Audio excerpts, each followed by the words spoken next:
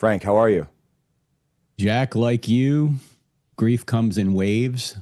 Some Yes. days I'm okay. Other days I don't even want to go on almost. I mean, it's God, God can bring good from evil and is, but still that doesn't negate the fact that that was such a evil act in a terrible day. And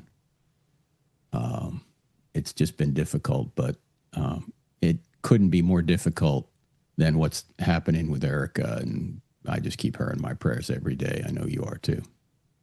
No, I certainly am. And, every chance I get to see her or, other family members, I just try to, I don't know, say, use humor, try to find some way to get them a smile or something like that, just to lighten the load a little bit, just give one moment of, playing peekaboo or whatever it is. Not with Erica, but, and, Right.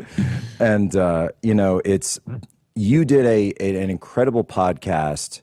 And I want you to tell people how to get the podcast where you tell the entire story of how you were there that day. Because people have had so many questions about it, and I understand that. I want to know what happened to Charlie too.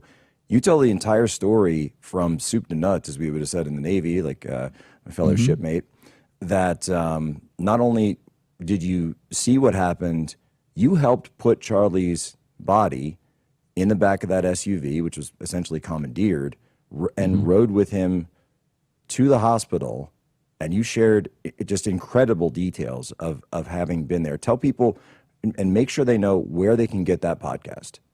Sure. Our website is crossexamined.org with a D on the end of it. But if they go to the YouTube channel, Cross-Examined, 2 words, they'll see it there. I think the title of it is called The Greatness of Charlie Kirk, an eyewitness account of his life and martyrdom.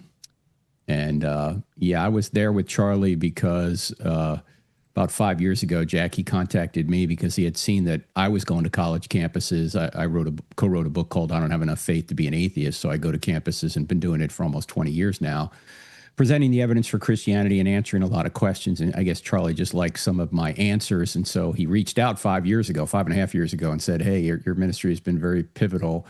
And I want to learn from you, and can you kind of mentor me in this? And so he and I would get together. This past summer, we got together on 4 occasions in Phoenix for a couple of days each time, just so we could, iron sharpens iron. I mean, you would think it would be difficult to mentor somebody smarter than you. Charlie's smarter than me, but it's not, because the only thing that surpassed Charlie's intellect was his humility.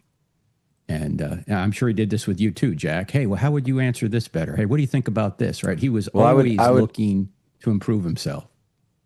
Yeah, if anything, I would say, when Charlie and I would do our our thought crime show, which today's Thursday, and we would have been hosting it today. We'll still do a show today. We have something special planned, actually.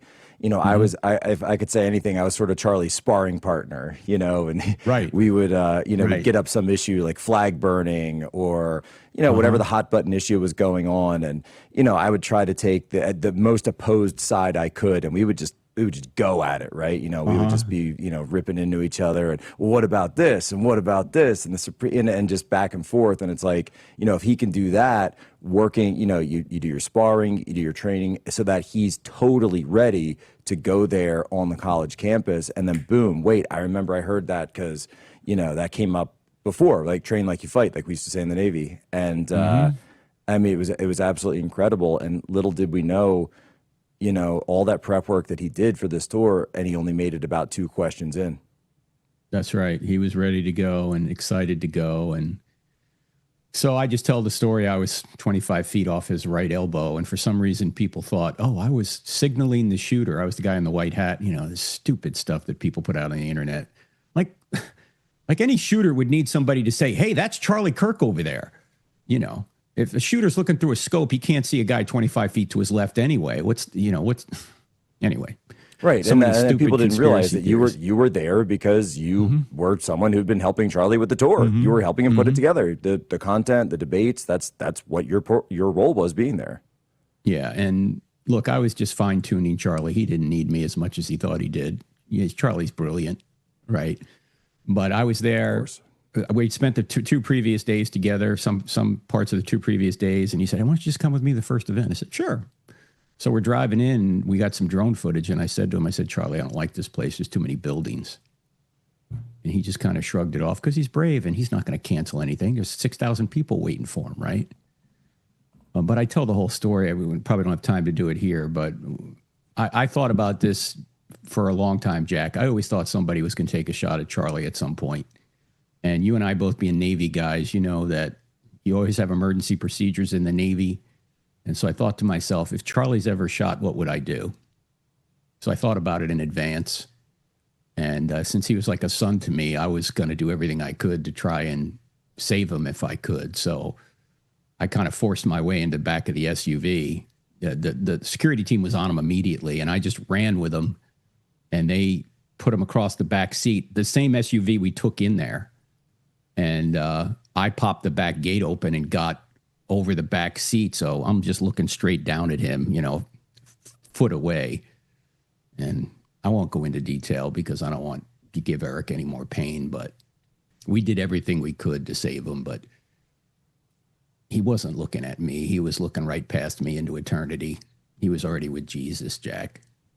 And the thing Erica wants everybody to know, and we verified this later when we got to the hospital, was that Charlie died instantly. He probably didn't even know he had been hit, at least in his, you know, in his physical self. As soon as, you know, absent from the body, present with the Lord, says 2 Corinthians 5. And Paul says something similar in Philippians. As soon as you are, if you're a believer, as soon as you expire, you're with the Lord. And that's where Charlie was.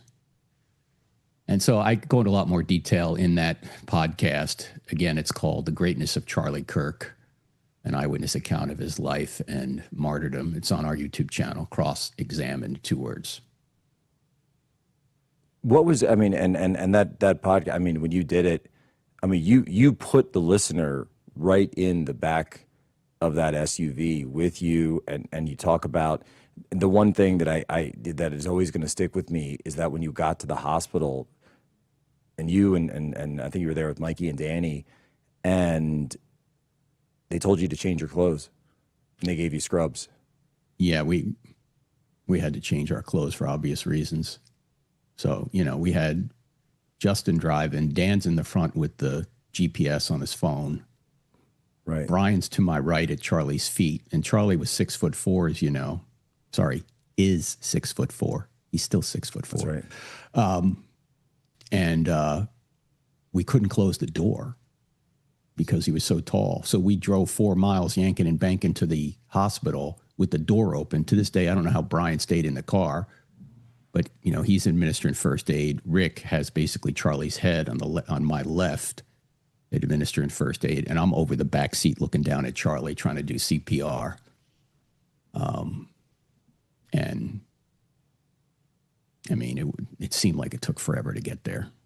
I mean, we're on our way there, and the ambulance is coming opposite us. And there was chatter in the car. Should we stop? No, just keep going. And later the doctor said that was the right thing to do. Yeah. Even though he, I mean, not that, yeah, I mean, you guys did what you did, the response, being there, and we're coming up on a quick break, but I don't hold you over, because I do want to talk about what has become of this, but I just want to commend you for being there for Charlie and doing what you did and trying. Jack, if you were standing there, you'd have done exactly the same thing.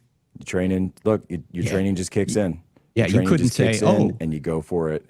Yeah, you do exactly. And anybody that loved Charlie would do exactly the same thing.